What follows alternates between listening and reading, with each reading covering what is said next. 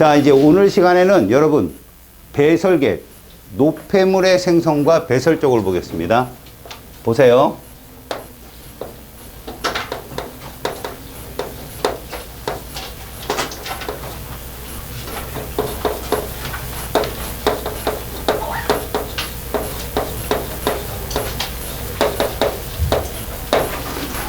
자, 일단 노폐물은 어떻게 생성되느냐 했다면 여러 가지 물질들이 노폐물이 되겠지만 우리한테는 이런 애들이 노폐물이다.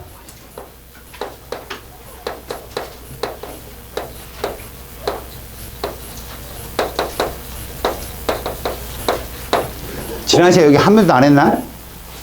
처음 하는 건가? 선생님 대충 설명은 안 해줬나? 그지? 앞에 이렇게 대충 저기 탄수화물 쭉 설명을 했었지 내가. 그지? 한번 볼게. 거기 써 있는 거랑 거 비슷할 거야.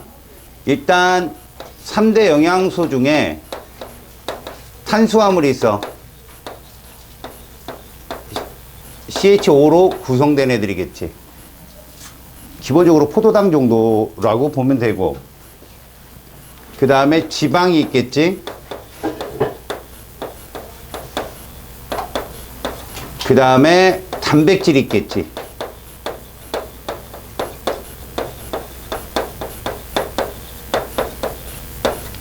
특히 저기 N이 있다는 거, 이 N은 당연히 여러분 아미노산이 N이 포함되어 있거든. 작용기고, 이거 화하고 언을 한 친구는 카복실기라는 걸 알 거고, 요게 아미노기고, 요렇게 생겨서 요 부분만 바뀌어, 아미노산이. 알겠어? 저 부분만 바뀌어갖고, 뭐 아스파라긴산이니, 글루탐산이니, 발린이 뭐 이런 말들이 만들어지는 게 이거야. 여기에 요 N이, 요게 포함되어 있다, 요 N이. 알겠죠? 얘들이 소화라는, 아니면 우리가 보통 말하는 세포 호흡을 통해서 바뀌면 공통적으로 이산화탄소가 나오고요. 그 다음에 H2O가 나옵니다. 물. 물론 일부의 H2O는 우리 몸의 생리현상, 다시 말해서 항상성을 조절하는 데 쓰이고요. 일부가 밖으로 배출이 되거든. 그래서 기본적으로 요만큼 자체가 기본적으로 나가요. 어디로? 이렇게 나갈 수 있어요. 호흡을 통한 호흡계로 방출이 될 수 있습니다. 그래서 이걸 날숨이라고 하죠. 날숨. 또는 호기. 이거예요. 알겠어요? 호기라고 표현도 하죠. 여기에 누구만 단백질만 암모니아가 생성되는데, 이건 아까 기초 테스트에서 여러분들이 봤듯이 굉장히 독극성 물질이에요. 그래서 여러분들 지난 시간에도 배웠죠. 암모니아를 그냥 내보내는 애는 생물계에서 누구밖에 없어요? 어류. 물에서 그냥 바로 쏠 수 있으니까. 근데 새들은 요산으로, 우리 같은 포유류는 요소로, 어디서?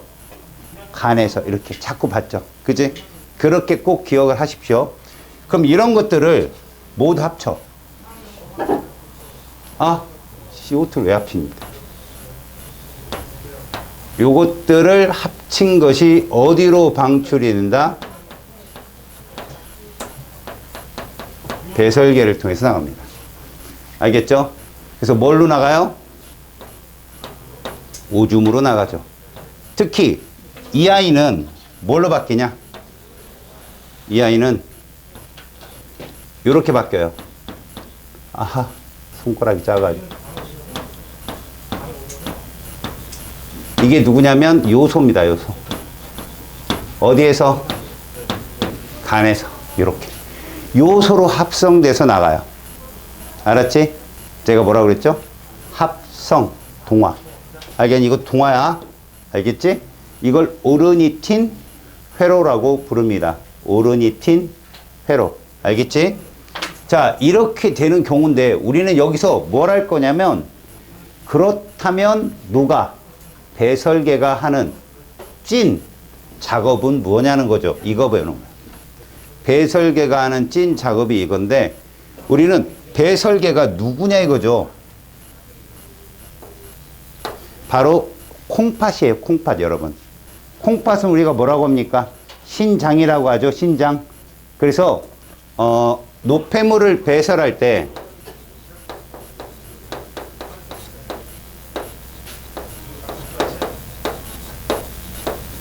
그 첫 번째 신장에서 나가는데 이 신장은 좌우에 두 개 있죠. 좌우에 두 개 있습니다. 이렇게 똑같은 놈이. 자, 여기서 요 겉부분 있죠. 요거. 그리고 요 뒤 위에 이렇게 또 겉부분이 또 있거든요. 이렇게 덮여 있는 부분. 여기도 이렇게 덮여 있는 부분이 있어. 요걸 겉질이라고 얘기해. 요 안에 있는 걸 속질이라고 부르고. 알겠지? 겉질, 속질. 알겠니? 자, 우리는 속질을 볼 거야. 이 속질은 한쪽당 100만여 개의 네프론으로 구성되어 있어요. 그러니까 신장의 신단이라고 그래요. 누가? 네프론이 신장의 신단이다. 이렇게. 그러니까 기존 세포들의 모임이라고 보시면 될 거고요. 조직까지는 아니어도. 알았죠? 그래서 여기에 있는 모세혈관이 있거든요. 이쪽에. 이렇게요.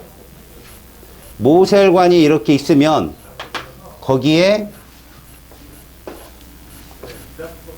요렇게 보먼 주머니가 있어요.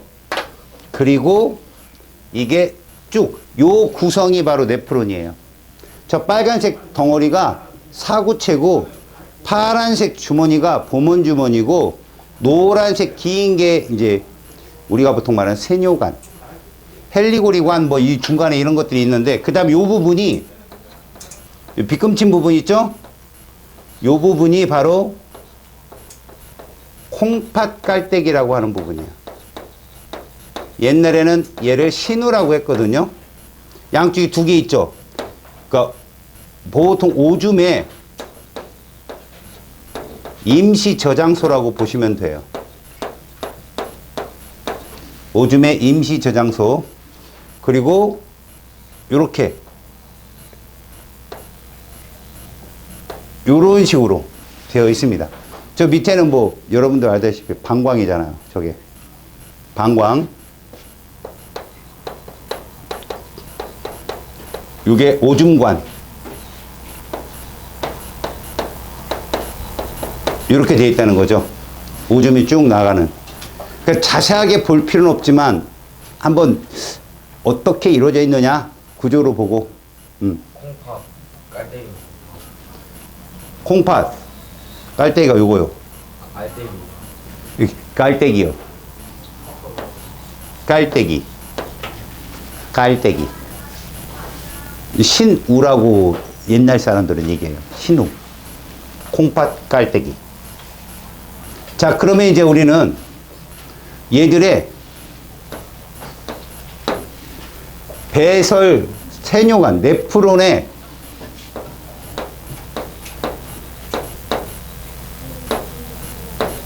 아이고 오줌의 생성을 보겠습니다. 자, 여기 그림은 이런 식으로 그려줄게요. 여기 아까 파랗게 설명했던 부분이에요. 누굽니까 이게? 이게 보먼주머니라고 보시면 되고요. 알겠죠? 여기까지 보먼주머니. 그 다음에 요 정도를 세뇨관. 이렇게 빼줍시다. 얘 이름이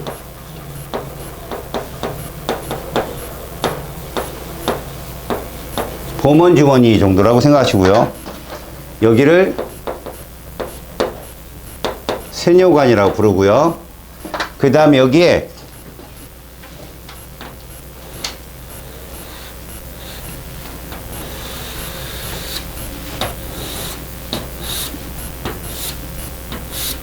이게 지금 다 모세혈관이에요. 제가 모세혈관 하나를 굵게 그리는 게 아니에요, 여러분. 이거 덩어리야. 되게 얇은 모세혈관이 얽히고 설켜 있는 거. 니네 아까 융털 봤지? 융털 모양. 그러니까 이게 감고 있어, 이렇게. 모세혈관이. 그냥 이렇게 놓은 거야, 내가 표시를. 그럼 여기는 뭐라 부르냐, 여기 이렇게 뭉쳐 있거든. 이거를 사구체라고 하는 거야, 사구체. 여기를. 그래서 우리는 네프론이라고 부르면 사구체, 보먼주머니, 그 다음에 이렇게 세뇨관. 그래서 사보세 이렇게. 알았어? 요렇게 부른다고. 그 다음에 여기 사보를 합쳐서 일반적으로 말피기소체라고 불러.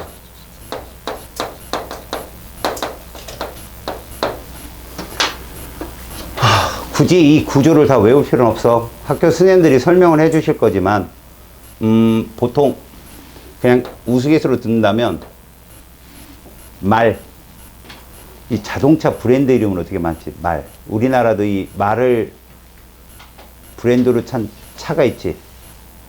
우리나라 최초의 차. 현대가 만든 거. 조랑말. 포니.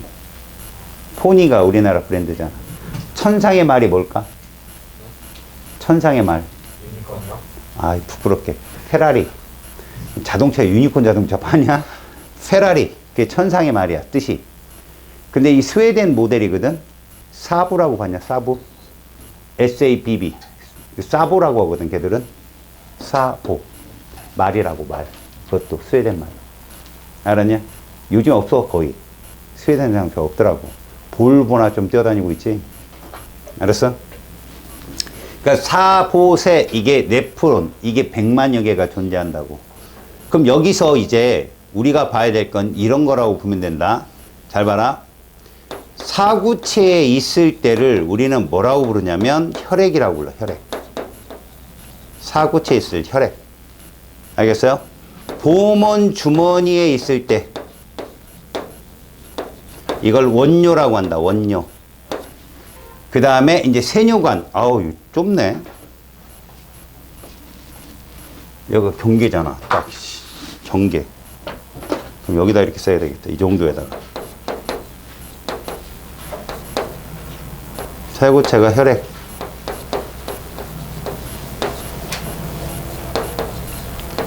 보먼 주머니가 원뇨. 그 다음에 세뇨관이 오줌. 이렇게 보자. 혈액에는 일단 혈구가 있겠지?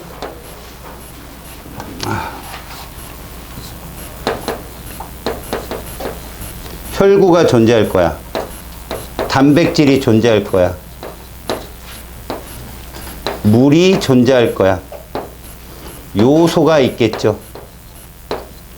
포도당,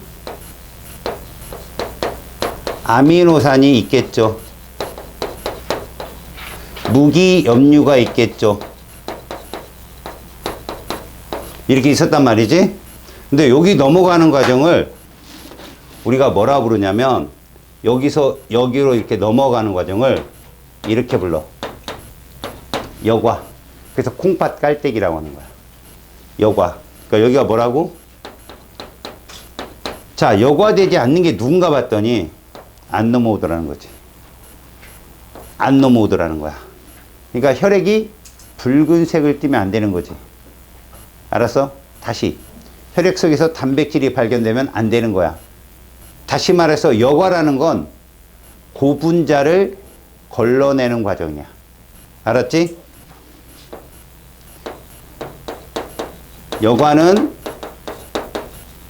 사구체에서 포몬 주머니로 넘어가는 과정에 일어나는 과정인데, 이때는 고분자는 요가 될 수 없다. 혈장 단백질이나 혈구 등은 넘어가지 않는다. 나머지는 다 넘어가요. 물도 넘어가고요, 요소 넘어가고요, 다 넘어갑니다. 자, 두 번째, 여기로 가면서 요렇게 되는 거를 뭐라고 그러냐, 모세혈관으로 넘어오는 거니까 재흡수라고 그래요. 재흡수 과정. 그 다음 요렇게 되는 건 뭐냐, 그건 재분비 과정이에요. 재분비 과정은 잘 안 나오지만, 그럼 여기로 넘어가면서 이게 재흡수, 재분비가 일어나는 과정인데, 흡수만 볼게요. 이렇게 되면 얘는 이미 없고요. 그죠? 물은 있죠? 요소도 있죠? 이것이 없습니다. 잘 보시라고. 두 번째, 재흡수 과정은 세뇨관에서 모세 혈관으로 일어나는 과정인데, 여기서 얘가 일어나요. 물의 재흡수. 얘는 삼투 현상이에요. 삼투도 여러분 에너지가 필요 없어요. 알았죠? 농도 차이에 의한 물의 흡수이기 때문에. 그 다음에 아미노산과 포도당이 100% 재흡수돼요. 그래서 이것 때문에 골라서 흡수한다 해가지고 이 재흡수 과정을 이렇게도 불러요.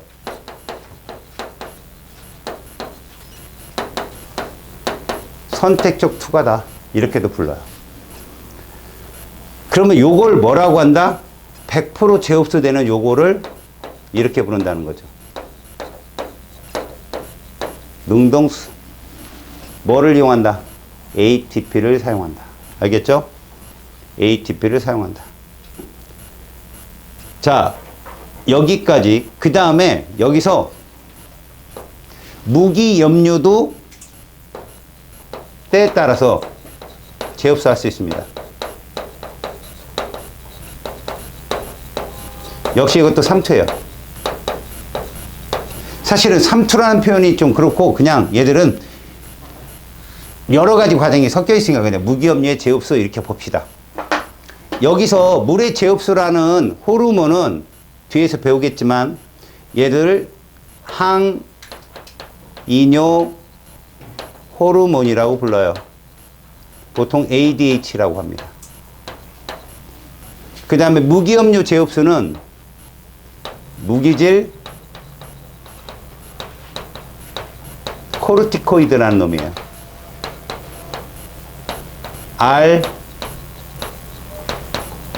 알도스테론이라고 합니다. 알도스테론. 얘가 이걸 담당해요. 자, 중요한 건 다 나왔어요.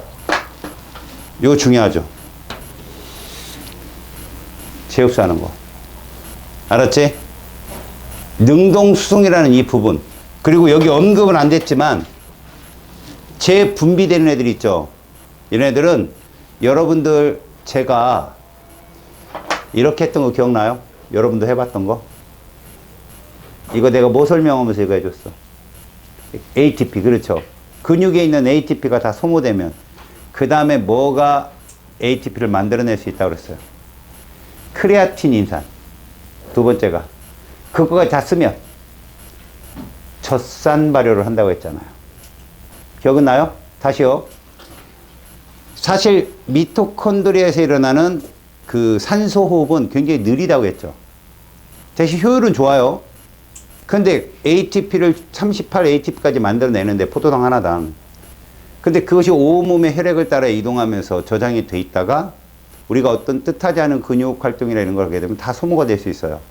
그럼 딴 데서 공급하면 되는데 혈액에 그만큼 받쳐주지 못하면 그 주위에 있는 애들이 그 ATP를 합성해야 돼요. 그때 제일 공급원이 크레아틴 인산이에요. 걔가 인산기 하나를 준단 말이지. 그래서 ATP를 합성을 해. 그럼 뭐만 남아? 크레아틴만 남죠? 걔는 우리 몸 밖으로 다 빠져나가야 돼요. 알았어요? 그래서 요 재분비 여기가 크레아틴이 여기에 해당돼요. 크레아틴.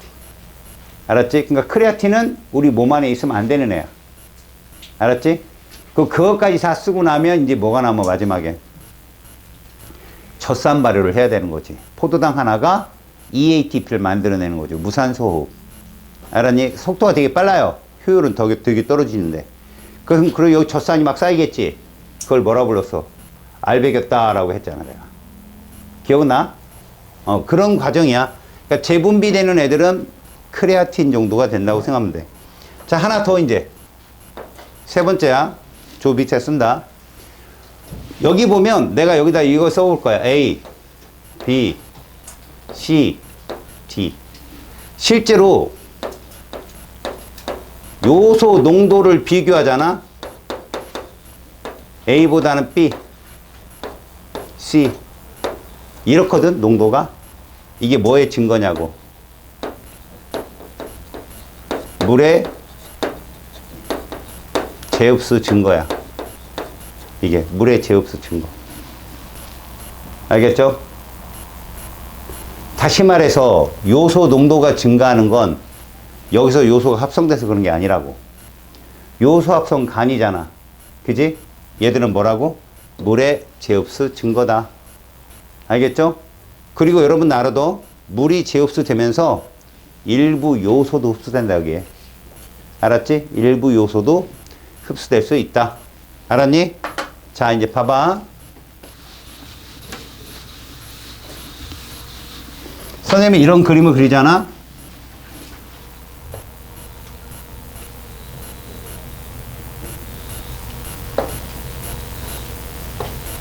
이런 그림을 그리면 이건 뭐라고 본다? 네프론이야. 알았지? 이걸 뭐라고 하고? 여과 과정이잖아. 그치?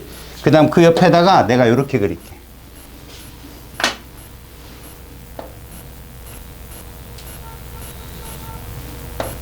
요거 누구겠냐? 모셀관이겠지. 그지? 그런데 이렇게 선생님이 그렸는데 여기서 이렇게 그리고 그 다음에 이렇게 그렸어. 이건 뭘 말하는 거야? 100% 재흡수된 애들. 저 그림이. 알았지? 100% 재흡수된 애들이야. 잘 봐. 여길 따라서 이렇게 이동해. 이동하는 거야. 근데 여기서도 100% 재흡수되는 거지, 쪽으로. 아우, 씨. 또 부러졌어. 아우, 와중에, 씨. 아까워 죽겠네. 요런 애들이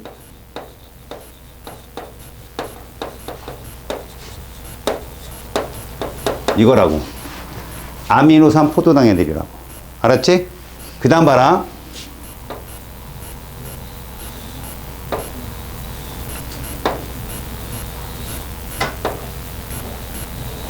자, 이렇게 보면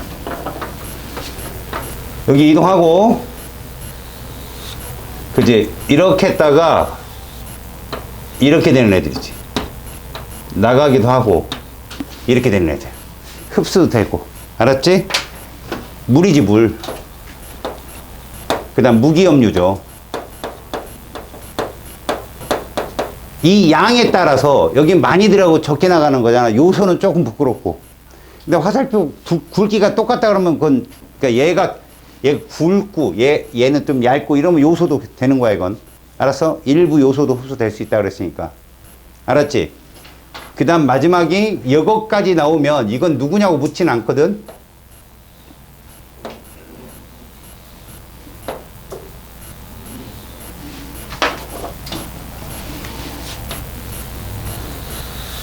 이렇게 뭐 하는 거냐? 100% 재분비하는 거지? 이런 애들이 크레아틴.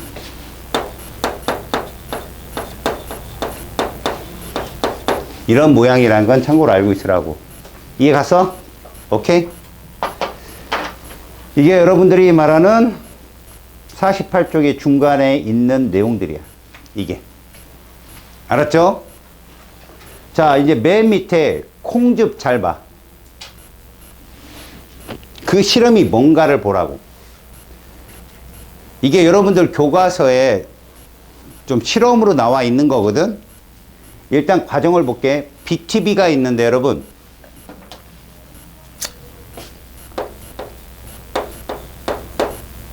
BTB는 말이야,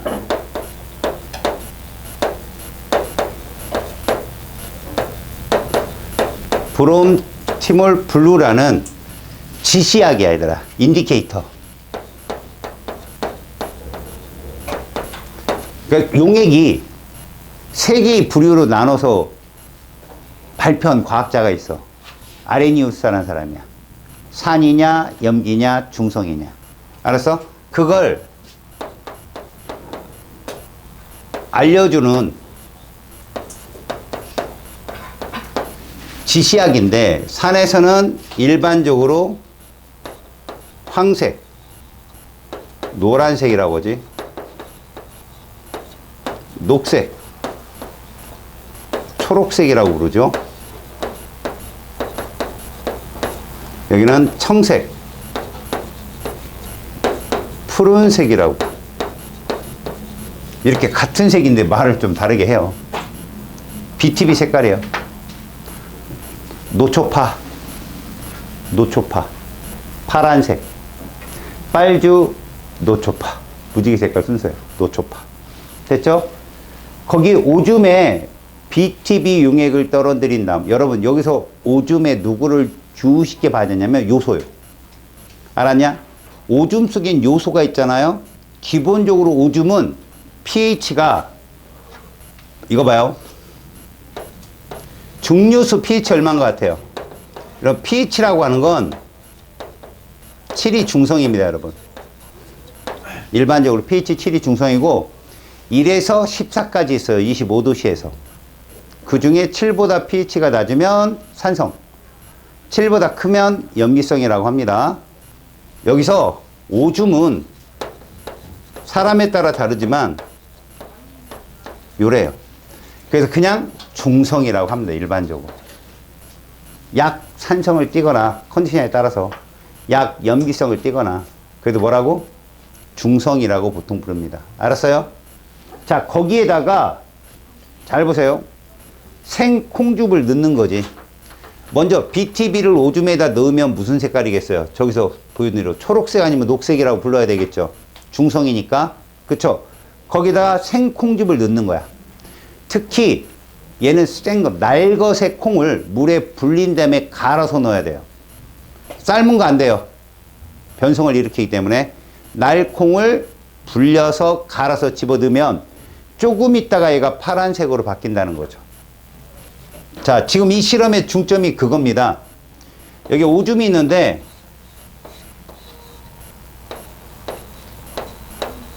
여기다가 얘를 넣은 거죠. 그러면 얘의 색깔이, 지시약 색깔이 있겠죠? 요렇게 있겠죠? 초록색이 있겠죠? 녹색이. 근데 여기다가 콩즙을 넣은 거야. 콩즙. 날것. 알았어? 콩즙을 넣으면 이거 한참 시간이 지나잖아? 그럼 이 색깔이 뭘로 바뀌냐? 뭐 파란색으로 바뀌더라. 푸른색, 파란색. 염기성이 된다는 얘기거든요. 자, 이게 무슨 말을 하는 거냐면 이 얘기가 이거예요. 오줌 속에 얘가 있다는 거죠. 누굽니까? 요소가. 그럼 얘는 BTB 색깔이 얘가 있을 때는 무슨 색깔이었다? 뭐 녹색이었다. 근데 얘가 누구에 의해서? 콩즙에 의해서 이걸로 바뀐 거예요. 암모니아로. 알겠습니까? 그래서 얘가 무슨 색깔로? 그러니까 중성에서 염기성으로 바뀐 것이다 라고 확인하라고. 얘들아, 이렇게 되는 게 뭐라고 했어, 얘들아? 이게 뭐였지? 어디서 일어나? 간에서 일어나는 일이잖아. 이 반대작용이 일어난다고. 알았냐? 이 효소 이름이 유레이스라는 효소예요. 유레이스. 알았어요? 거기에 보면 그냥 뭐 얘기가 나와 있는데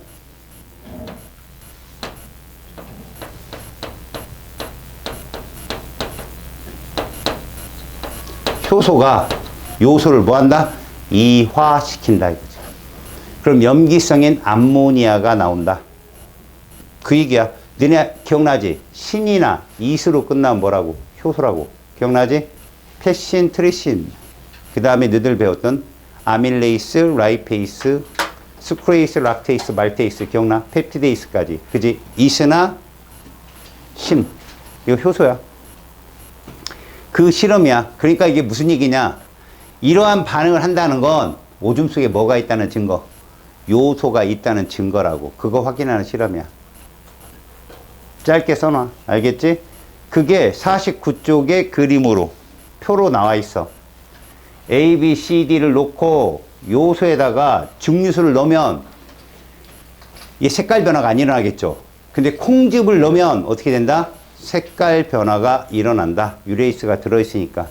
알았어? 특히 콩즙 앞에 뭐 써있냐? 생콩즙이라고 써있잖아. 유레이스 작용이 일어난다. 알겠죠? 그래서 2% 요소 용액이나 오줌이나 똑같은 색 변화가 일어나고 A 같은 애들 있지. 유레이스가 없지. 생콩즙. E 같은 애 있지. 요소가 없지. 이러면 색 변화가 안 일어나요. 알았습니까? 이러면 색 변화가 안 일어난다. 여러분, 콩은요. 콩은 산성이에요. 알겠어요? 콩즙 자체가 산성입니다. 단백질은 몸에 들어가면 산성을 떼요. 알겠습니까? 그래서 거기 노란색이라고 써 있는 거예요. 알았죠? 근데 요소는 뭐예요? 요소는 그냥 중성입니다. 알겠죠? 그래서 처음에 초록색이라고 녹색이라고 쓴 게 중성이라는 표시예요. 알겠지? 그래서 B 같은 경우는 요소 용액이 기존 용액이잖아요. 그럼 BTB를 여기다 집어 넣으면 처음에는 이제 생콩즙을 딱 넣었을 당시에 노란 색깔이 있다가 20분 한참 지나면 다시 2% 요소 용액은 중성입니다, 여러분. 알았어요? 생콩즙을 넣는 순간 노란색이 돼버린다니까요. 생콩즙 때문에. 근데 요소가 분해되고 그래서 암모니아가 나오면서 중화를 거쳐 염기가 돼요. 노란색이 점점점 녹색으로 됐다가 점점점 어디로 간다? 파란색으로 진행을 하는 거죠. 아셨습니까? 그 과정을 보여주는 거야. 그러니까 처음에 색깔이라는 건 생콩즙을 넣어줬을 때 색깔이에요. 바로. 그래서 여러분 거기 보시면 B, 그 다음에 D, B하고 D가 E까지 다 생콩즙을 넣었을 때예요. 그게. 노란색 이게. 그런데 어디는 거기 보시면 C 보여요. C? C는 오줌에다가 증류수 3을 넣었으니 색깔 변화가 없죠. 초록색이 초록색으로. 그 다음에 E를 보세요. 생콩즙만 넣었으니 노란색이 노란색으로 변화가 없지요. 그잖아요. A도 어때요? 그냥 요소만 있으니까 초록색이 초록색으로 변화가 없잖아요. 반드시 요소와 생콩즙이 만나야 노란색이 녹색에서 푸른색으로 바뀝니다. 아셨습니까? 이런 식의 과정을 보여줍니다. 자, 이제 기관계의 통합작용입니다, 여러분. 자, 이 그림 한번 볼게요. 잘 보세요. 마지막이 이게 가장 많은 문제를 차지할 텐데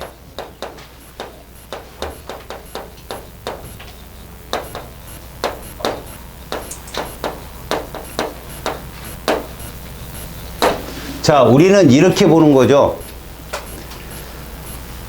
실제로 소화계라는 게 있잖아요. 그죠? 그러니까 우리가 보면 입에서 이 입의 식도, 그 다음에 어디? 위, 그 다음에 요거 누구, 요거 누구, 요거 소장, 그죠? 이렇게 해서 원래 이게 한 바퀴 삥 돌아 대장까지 그려야 되는데 여기까지만 그릴게요. 그러면 요로 들어가는 게 누구다? 푸드죠, 푸드. 푸드. 그래서 요로 나오는 건 뭐다? 분비물이겠죠. 음식물. 찌꺼기라 합시다. 찌꺼기. 찌꺼기. 고구마 나왔다고 하세요. 고구마. 이거 배설물 아니에요. 알았죠? 자, 여기서 이렇게 소리 여기죠. 여기. 여기가 뭐 하는 곳이죠? 여기가 영양소를 흡수하는 소장이라고 보면 되겠죠. 그렇지? 그러면 여기서 여기로 이게 뭡니까? 심장이죠. 그치? 그럼 얘는 다시 무엇으로? 이런 식으로 몸을 돌아서 오겠죠. 이렇게 들어오겠죠. 자, 여기서 나가는 거를 이렇게 그립시다. 나가는 걸 이쪽으로 자세히 그립시다. 어차피 출발은 실이에요. 실. 우리가 이렇게 나누면 이렇게 되는 거예요. 그러니까 실제로 얘가 들어오는 곳이 여기라 하자. 아, 자세히도 그린다. 여기가 어디고 오심방. 얘의 목표는 여기죠. 오심방으로 들어오고 어디서 나간다? 좌심실에서 나가는 거죠. 자, 표현은 저렇게 그리고요. 요쯤에 누가 있습니까? 얘가 존재하겠죠. 이렇게. 그림도. 이렇게. 그럼 여기로 뭐가 들어가요? 뭐가 나오고요? CO2가 나오겠죠. 이렇게. 그지? 그 다음에 이제 여기서 공급하는 거죠. 이렇게. 이쪽에 얘가 있겠죠.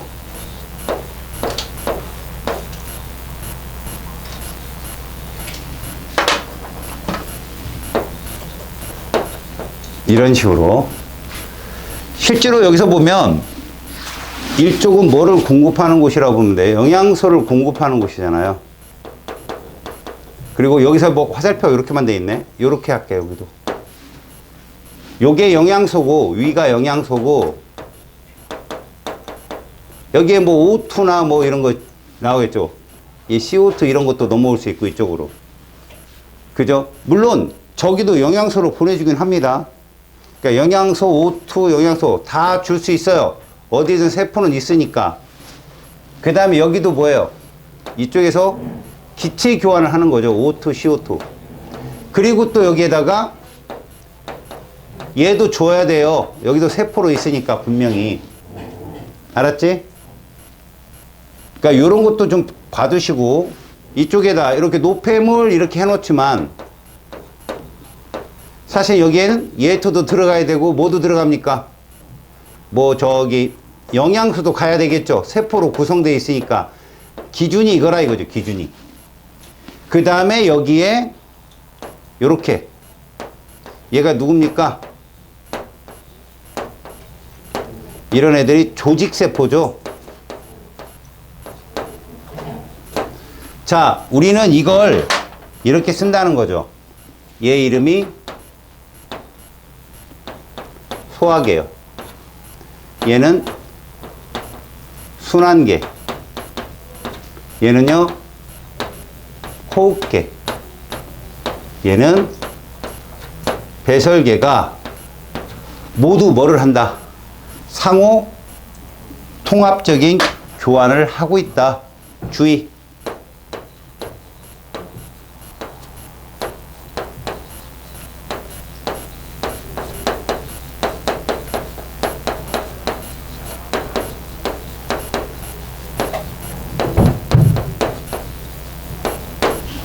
뭐를 한다?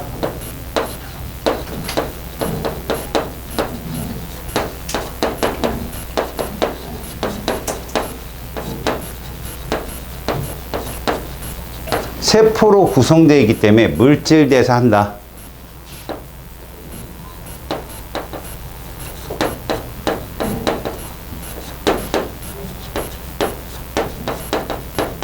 꼭 기억하세요. 알겠죠? 이 표현이 공통작용이 이건데 표현이 뭐도 있냐면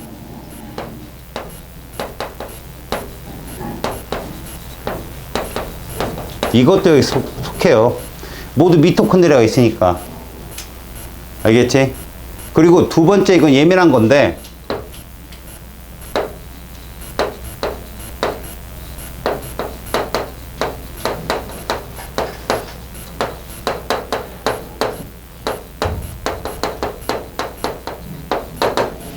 여러분 이 말을 헷갈리지 말고 써줬을 때 내가 좀 불안한 게 뭐냐면 이 호흡계 자체는 ATP 쓸 일이 되게 많아요.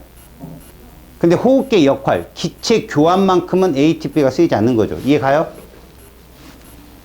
알겠습니까? 그러니까 기체 교환 같은 경우는 ATP 쓰이지 않는다. 시험 문제 나오는 게 그런 거라고. 시험 문제는 요 호흡계에서 뭐가 나온다고? 기체 교환 나옵니다. 얘는 확산이다. 얘 사용을 하지 않는다. 이거 잘 나오잖아, 시험에. 소화계는 누가 잘 나오냐? 이게 누구였어? 간 잘 나온다고, 간. 알았니? 지금까지 간은 어떤 특징이 있었어, 얘들아? 쓸개즙을 생성했고, 요소를 합성했고, 혈당을 조절했죠? 포도당을 이렇게 동화, 글리코젠으로 합성도 하고 이화, 포도당으로 바꿔주기도 하고. 간이 시험에 정말 많이 나와요. 알겠죠? 그 다음에 여기 배설계 쪽에서는 능동수성 꼭 기억하시고요. 그래서 여기서 아미노산,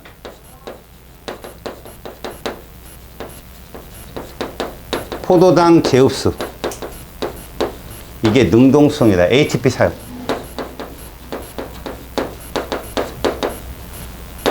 알겠죠? 순환계 쪽은 안 나오고 이제 호흡계 쪽에서 하나 더 나온다면 이걸 순환계로 빼야 되겠다. 순환계에서 나온다면 폐동맥, 정맥혈, 폐정맥, 동맥혈, 요 정도. 지금 여러분들이 쭉 다뤄봤던 문제에서 계속 나오는 문제들입니다. 저게. 알겠어요? 오케이. 여러분 여기 기체교환 여기서도 나오지만 여기서도 기체교환 나와요. 알겠죠? 내호흡 쪽에서도. 자, 페이지 51쪽으로 와요. 51쪽에서 비법특강 그 문구 중에 제일 중요한 첫 번째 문구는 이거예요, 여러분. 다 확산이다. ATP 쓰이지 않고 다 확산이다. 그리고 여러분들 특히 제가 뭐라고 그랬습니까? 거기 폐와 모세혈관 사이에 있죠. 가과정. 가. 보여요? 가과정에서는 폐포가 체외다. 꼭 기억하세요. 폐포가 체외. 모세혈관이 체내입니다. 그들의 기체교환은 무엇이다? 확산이다. ATP 쓰이지 않는다. 그 다음에 나과정은 내호흡이라고 하잖아요.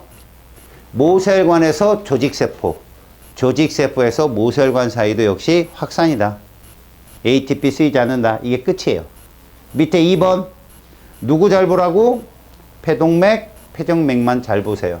그걸 폐순환이라 부르는데 우심실에서 폐로 나가는, 알았어요? 그 혈관이 제일 더러운 피입니다. 좌심방으로 들어오는 폐정맥이 제일 깨끗한 피예요. 아시겠습니까? 됐죠? 오케이. 여러분 혈관은 기체 운반도 하지만 음식물 운반, 영양소 운반도 반드시 책임진다는 거 알았니? 질문 하나 하자. 야, 혈관은 세포 호흡을 하냐 안 하냐? 한다고. 무조건 끄떡끄떡이라고. 어디든 물질 대사를 한다고 보면 돼. ATP 필요하고. 알았지? 명심해. 넘겨서 숙제해와. 52쪽. 1번 너희들한테 내가 시험 봤던 거야. 2번 봤던 거고. 그거는 기억, 니은만 잘 기억해. 기억, 니은. 기억이 뭐라고? 폐동맥. 니은이 폐정맥. 알겠지? 다시 52쪽에 자료 2번. 52쪽 자료 2번. 봤어? 기억, 니은. 기억이 뭐라고? 폐동맥. 니은이 폐정맥. 그리고 니네들 비읍 있지, 비읍. 맨 밑에 비읍. 비읍 이름이 신동맥이야. 옆에 있는 미음이 신정맥이야. 자, 중요한 건 이거야. 동맥과 정맥은 심장을 중심으로 하는 말이야. 그러니까 비읍은 심장에서 나온 혈관이라는 거지. 심장에서 나와서 신장으로 들어가는 거야. 콩팥으로. 근데 비읍 옆에 미음은 어때? 신장 콩팥에서 나와서 심장으로 들어가잖아. 그래서 정맥인 거야. 신정맥. 알겠지? 그럼 요소 농도는 어디가 진해? 당연히 비읍이 진해야지. 콩팥에 들어가기 전이. 자, 다시 53쪽. A, B, C 집어넣어봐. A, B, C만. 여기다 집어넣어봐. A, B, C. 한번 집어넣어봐. A가 누굴까? A. 이산화탄소겠지? 맞지? B는 누굴까? 물이야. 마지막 C가 잘 나와, 시험에. C가 뭐라고? 요소다. 그럼 암모니아가 요소로 바뀌는 데가 어디라고? 간. 같이 더불어 잘 나오니까 꼭 기억하고. 다음에 오른쪽은 됐고. 자, 실력 업까지 숙제. 58쪽. 우리가 03번 물질대서 건강 쪽 할 것은 여러분들한테는 어렵게 나오진 않아. 그냥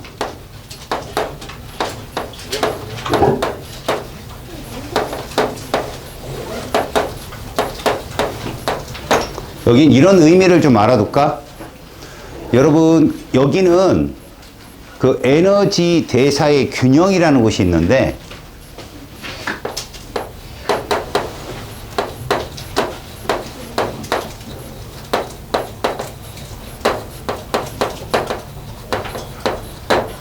일단 기초대사량이라는 게 있어, 인간에게는. 아무것도 안 해도 쓰이는, 알겠어? 에이구. 기초대사량이 있다. 여기는 체중, 보통 자기 1kg 있지? 요 정도만 나와. 이거 1kcal. 여기다 시간.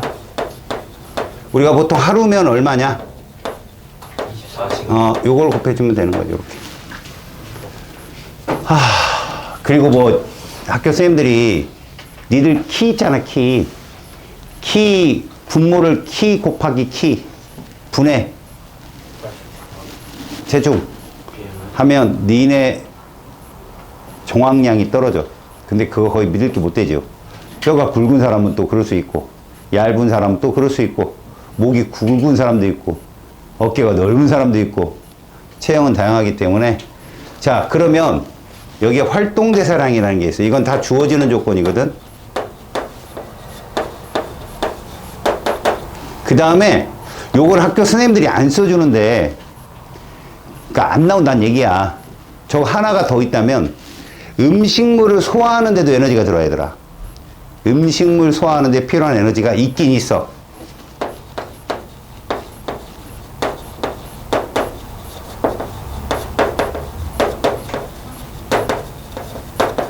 얘도 있어. 그래서 이것들을 합치는 게 이것이 일일 대사량이야. 근데 이 일일 대사량하고 일일 섭취량이라는 게 있을 거 아니냐? 그게 균형을 맞으면 몸이 그대로 균형 있는 몸이 잡히는데, 일일 섭취량이 일일 대사량보다 크면 뭐가 될까? 비만이야, 그게. 설명이 그렇게 된다는 얘기다. 이게 어떻게 통해? 안 통하지, 잘. 알겠어? 요렇게 기억만 해주면 된다. 그 주어진 조건에 따라서 여러분들이 계산만 하면 되는데 문제가 나올 일이 거의 희박. 나오면 학교선생님이 예를 들어준 게 나와. 알았니? 복잡하기 때문에. 그럼 우리는 좀 알아야 될 게 누구냐? 얘야. 대사성 질환. 이것도 이런 게 있다만 봐도. 다만 이 대사성 질환이 시험에 나온다면 약간 찬조 출연에 질병과 예방이라는 단원에 가서 이게 감염이 되는 겁니까? 안 되는 겁니까? 라고 물어볼 때 얘는 감염 되겠냐? 아니지. 이거는 대사성 질환은 니들이 몸을 잘못 굴려서 나오는 질환이 더 대부분이고 선천적으로 받은 것도 대부분이야. 감염되는 건 아니고. 알겠지? 그 대사성 질환 가만히 봐봐. 뭐뭐 있나? 종류. 종류만 쭉 봐봐. 고혈압.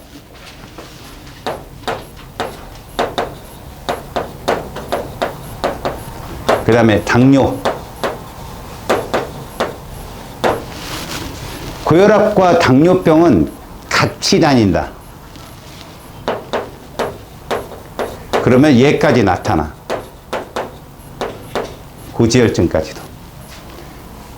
그 다음에 지방간 정도면 지방의 역할이 제대로 안 되는 거. 얘가 이제 나중에 심해지면 간경화까지 가는 거야. 그 다음에 구루병. 뼈가 굽어버리는 거죠. 구루병. 그래서 고혈압, 당뇨병, 고지혈증, 지방간, 구루병 정도는 대사성 질환이다. 그래서 원인만 좀 알아도 실제로 고혈압은 유전적인 것도 있는데 이거를 참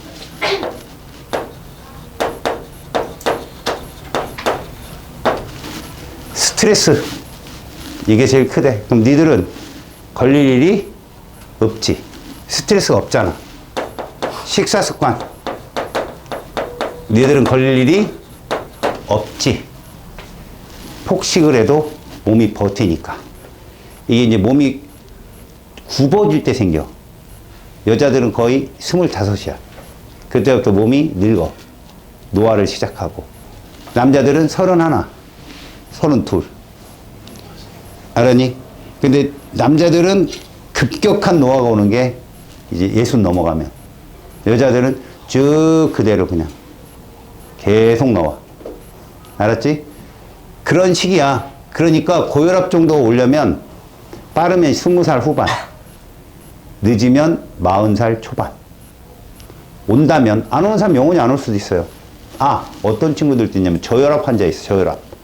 자기가 체면 저혈압 나오는 친구들 있죠? 이 친구들은 나이 먹으면서 정상 혈압으로 가요.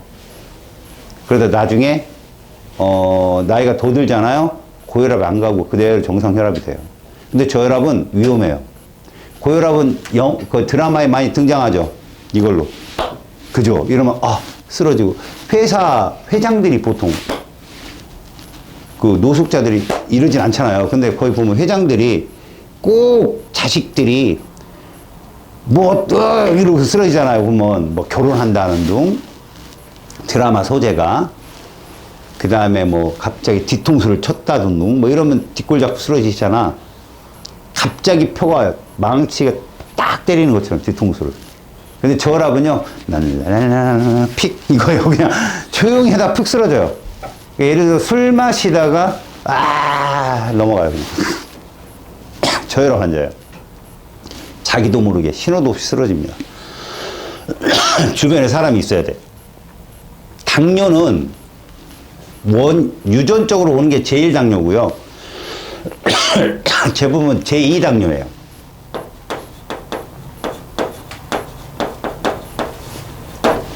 대사성 질환이죠. 나쁜 식습관. 그러니까 이게 무슨 얘기냐면, 인슐린이 어리석어지는 거예요. 제1당뇨는 선천적으로 인슐린이 없는 거죠. 참고. 참고도 아니야, 이건. 인슐린은 알고 있어야 된다, 니네들. 간에서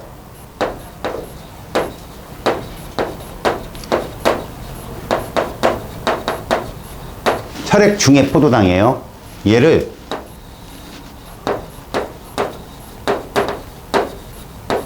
고분자죠. 이렇게 되면 혈당이 어떻게 될까요? 감소하죠. 그죠? 이게 인슐린이 하는 일이에요.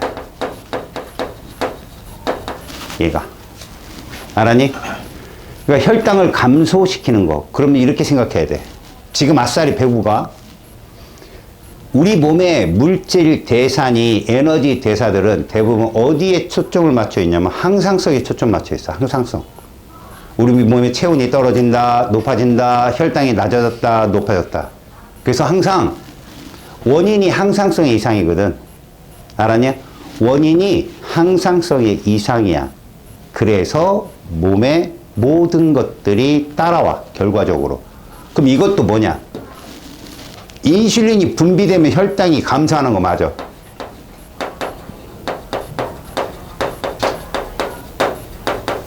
얘가 원인이 아니라고. 혈당이 감소한다는 건 결과거든? 뭐 할 때 혈당을 감소시켜야 돼? 증가됐을 때. 맞지? 그럼 이제 이렇게 말하는 거야. 봐. 밥 먹었을 때, 운동을 할 때, 언제가 혈당이 높아져? 밥 먹었을 때 얘가 분비된다. 이거야. 얘가 분비돼서 혈당이 증가한다. 이렇게 외우는 것도 좋아. 근데 시험 출제자들의 의도는 원인이 뭐냐 이거야. 몸의 혈당이 높아졌어. 그래서 얘가 많이 분비된다. 반대로 이런 경우도 있잖아. 얘는 글루카곤이라는, 다시 말하면 혈당 증가. 읽어봐. 뭐라고? 인슐린. 얘는 얘 몇 자야? 그러니까 증가시키는 애야. 쟤는 세 자니까 감소시키는 애고. 알았지? 단무지지. 단순무식하게. 이렇게 외워. 알았어요? 네. 글루카곤은 증가야 감소야? 증가. 인슐린은 이거야. 이런 걸 기량작용이라고 그래. 기량. 알았어? 항상 일정하게 만들려고 서로 정반대되는 작용의 물질들이 나와서 조작을 하는 거야. 이걸 기량. 알았어요? 꼭 기억하세요. 그래서 당뇨에서 제2당뇨는 인슐린이 제 역할을 하지 못하는 거예요. 인슐린이 분비 안 되는 건 제1당뇨고요. 유전적으로. 그래서 주사를 맞아야 돼. 특히 이런 호르몬들은 내분비샘입니다. 몸 밖으로 분비되는 소화액 분비하고 달라요. 내분비샘이라 혈관 주사를 맞아야 돼. 그럼 마치 그 장면을 멀리서 보면 마약하는 것 같아. 이러면서 마침 멀리서 보면 저 사람 마약하나? 혈관에 넣고 주사기를 자기가 맞아요. 자기가 찌르고 이런 애들이 있어요. 바늘자국 많고. 그럼 마약하니? 뭐 이럴 수 있죠. 제1당뇨 애들이에요. 인슐린이 부족한 애들. 알았지? 근데 제2당뇨는 뭐예요? 인슐린이 분비되는데 얘가 좀 어리석어, 얘가. 그래서 몸에 급격한 혈당의 변화가 오면 정신을 못 차려요. 그래서 몸에 급격한 혈당이 높아지면 심하면 몸이 가려워요. 심하면. 그리고 혈액 순환이 어떻게 될까요? 느려집니다. 왜? 혈액 속에 포도당이 많아지잖아요? 그러면 물 같은 혈액이 물엿이 된다고 생각해보세요. 그럼 유동성이 떨어지겠죠? 그러면 그들이 그게 다 열차인데, 온몸을 지나가는 열차인데, 열차가 느려지면 승객들이 제 시간에 도착 못 하겠지. 그 승객에는 영양소도 있지만 항체도 있어요. 백혈구 같은 애들도 있고요. 그래서 몸에서 제일 먼 곳부터 썩어요, 몸이. 상처가 나면 안 아물고. 알았냐? 자, 고지혈증. 마찬가지입니다, 여러분. 이것도 운동 부족인데,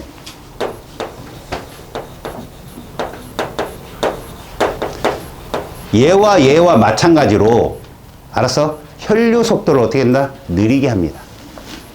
고지혈증이 그거예요. 그러니까 끈적 혈전이 또 많고요. 그러니까 혈전이라는 게 뭐냐면 혈장 단백질 같은 적혈구 같은 덩어리들이 그 작은 섬유나 이런 것들을 뭉쳐가지고 찌꺼기가 커지는 거죠. 그럼 그렇게 혈전량이 많아지면 고혈압 같은 게 딱 생기잖아요. 고혈압이라는 게 그런 거잖아요. 혈관이 이렇게 있으면 대정맥보다는 보통 동맥 쪽에 많이 생기는데 이렇게 찌꺼기가 쌓이는 거예요. 이렇게 찌꺼기가 이렇게 찌꺼기가. 그럼 어떤 현상이 생겨요? 혈류속이 급격히 빨라지겠죠. 그죠? 근데 여기 세력이 빨라지면 얘가 불룩해져, 이렇게. 혈관벽이 이렇게 불룩해진다. 알았냐? 이게 터지면 쓰러지는 거야. 알겠어요? 이게 이제 동맥경화라고 해요, 이런 거를. 알겠지? 근데 이게 심장에서 터지면 이제 심근경색이 되는 거고요. 뇌에서 터지면 뇌출혈이 되는 거야. 내가 뭐라고 했죠? 뇌출혈, 몸 밖으로 나간다고, 피가. 근데 두개골이 덮어 있잖아. 피가 나가면 못 빠져나가, 몸 밖으로. 그거 어떻게 됩니까? 피가 고여요. 걔가 뇌를 누르는 거죠. 그럼 뇌가 상처를 입을 수 있죠. 거기가 말하는 곳이면 언어 장애가 오는 거고요. 거기가 생각하는 곳이면 사고 장애, IQ가 뭐 5세로 떨어지는 곳이고.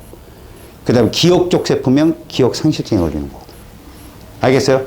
재수 없게 숨고리면 쓰러집니다. 알았어요? 그런 것들이 일어나는 것이 다 합병이에요. 서로 연결되는. 다음에 지방간. 진짜는 이게 제일 먼 게 뭐예요? 음주죠, 음주. 음주가 지방간이 제일 많고요. 그러니까 간은 한 10분의 1만 있어도 우리 몸의 모든 일을 해결해요. 간이 아프다. 끝난 거라고 보면 돼요. 간이 아프다 그러면. 그러니까 간은 되게 탱글탱글해야 되는데 지방이, 체지방이 껴가지고 딱딱해지는 거, 굳는 거라고. 그 간경화라고 합니다. 그 정도 되면. 알겠어요? 그래서 이 간경화는 음주도 있지만 약물 오남용도 많아요. 약물 오남용이라면 그런 게 있겠네. 뭐 진통제 같은 거 많이 섭취한다든가. 알았어? 그 다음에 어떤 뭐 조금만 아파도 뭐 약 먹고 막 이러면 그런 것들에서 오남용. 가장 큰 게 마약이죠. 가장 큰 게. 알았어? 이러면 이제 지방간이 생길 수 있다. 자, 구루병. 이거 비타민 D죠. 이거 여러분 중딩 때 외우지 않냐? 비타민 결핍현상 외우잖아. A, B, C, D. A는 누구의 이상을 주는 거야? 잘 그리지 않았니? 우리 얼굴에 뭐 같아? 눈이야. 야맹증. 알았어? B는 살을 꾹 누르면 안 나오는 거지. 각기병이라고 그래, 이걸. B가 결핍되면 각기병이고 꾹 누르면 안 나오는 거. 살이 탱탱하지 않은 거. 근데 나이가 들어도 안 나온다? 안 들었다는 거죠, 저는. 힘주고 있었어요. 그래요. 여러분들 피부가, 그렇다 엄마한테 꼭 눌러보지 말고, 엄마 안 나온다, 늙었다, 이러면 이제 그날 저녁에 풀떼기만 올라와요. 알았어요? 그러니까, 여기도 엄마들도 탱탱하실 거야, 피부가. 할머니들. 할머니들은 여기 자국이 나잖아? 그럼 금방 이렇게 복구가 안 돼. 알았어? 꾹 잡고 놓으면 그 색깔이 금방 안 가고 치고, 그게 이제 노화가 된 거야. 근데 정상인이 그렇게 되면 이건 각기병. C는 사람이 잇몸에 피나는 거, 괴혈병. D가 사람 있는데 곱추, 덩어리가 꼽추는 뼈가 피는 거, 이게 구루병이야. 알겠어? 그래서 구루병이 심하면 다리가 이렇게 오다리가 돼. 이거 선천적으로 오다리는 사람도 있다. 알았냐? 구루병 이러면 안 돼. 선천적으로 다리가 이렇게 벌어진 사람도 있단 말이지. 그런 거예요. 일단 칼슘 부족으로 생깁니다. 칼슘 부족으로 뼈에 이상이 생기는 거. 알겠죠? 그리고 대사성 질환의 예방 뭔 거 같아요? 거기 읽어봐요. PT 받으러 가면 꼭 시키는 말 있죠. 음식 가려 먹어라, 운동해라, 뭐 해라. 이게 다 이거예요. 대사성 질환은 몸을 움직여야 됩니다. 그럼 뭐를 촉진이 되죠? 물질 대사가 촉진이 됩니다. 그러니까 뭡니까? 차도 여러분들 쌩쌩쌩 달리는 레이싱에서 막 달리는 차들은 엔진이 그렇게 적응이 되고요. 이런 데서 다니면 엔진 자체가 그냥 돌돌돌돌 지나가는 자동차이기 때문에 속도가 안 나와요. 그렇게 몸을 바꾸는 겁니다. 계속 몸에 물질 대사를 활발하게 일으켜서 몸이 살아있게 만드는 거죠. 그러면 평소에 니네가 운동을 안 해도 얘가 습관이 되면 혈액순환이 빨라져요. 근데 니네는 지금 가만히 있어도 빠를 때예요. 알겠습니까? 지금 계속 여러분들이 몸을 계속 단련해 놓으면 그게 좀 더 노화가 늦춰지겠죠. 자, 넘겨보시겠습니까? 야, 페이지 61쪽으로 와봐. 자, 거기에 에너지 섭취량과 에너지 소비량 계산해가지고 나올 거야. 맞지? 자, 여러분. 얘의 체중이 60kg짜리인 준이가 있답니다. 알겠어요? 그런데 여기서 기본적으로 조건을 준 게 뭡니까? 거기에 60kg라는 몸무게를 줬고요. 그죠? 그 다음에 섭취한 음식물이 저렇게 써 있고요. 이게 섭취량을 계산하는 거거든. 쌀밥이 몇 공기래? 2공기 먹었대. 그러면 거기에 300kcal 곱하기 2라고 하면 되고. 맞지? 배추김치 한 접시 30 더하면 되고. 이렇게 다 주어진 조건에 맞춰서 구문수학 하는 거예요. 알았어요? 그걸 다 하면 라면도 먹었고 탄산음료 2캔 먹었고 햄버거 2개. 이게 뭐야 이 새끼 왜 이렇게 많이 처먹었어. 이래서 계산을 하는 겁니다. 다 더하는 거예요. 두 번째, 일일 에너지 소비량을 구하라 라고 하면은 밑에 표 있죠. 잠자기, 식사하기, TV 보기, 공부하기, 서있기, 빨리 걷기. 알겠냐? 이것을 몇 시간 했는지 시간만 다 곱해주면 되는 거야. 알겠어? 그래서 두 에너지를 비교하는 거지. 여러분들이 계산을 해보면 에너지 섭취량과 소비량을 비교했을 때 섭취량이 많으면 비만. 그 다음에 에너지 소비량이 많으면 그래도 다이어트. 근데 너무 많으면 개고생 이렇게 얘기하는 거지. 그지? 너무 많으면. 그래서 그런 식으로 비교하는 거야. 여기 있는 애들은. 알겠어요? 근데 일일 에너지 대사량 이런 건 안 나오잖아. 그죠? 다 더하는 거예요. 일일 에너지 대사량은 얘까지 다 줘야 돼요. 근데 대부분 이거 주기 싫어갖고 안 내요. 알겠습니까? 이건 계산 빠른 놈이 맞추는 거 아닙니까? 자, 페이지. 되게 많아요. 73쪽까지. 페이지 73쪽까지 숙제로 해오시기 바랍니다. 고생하셨습니다.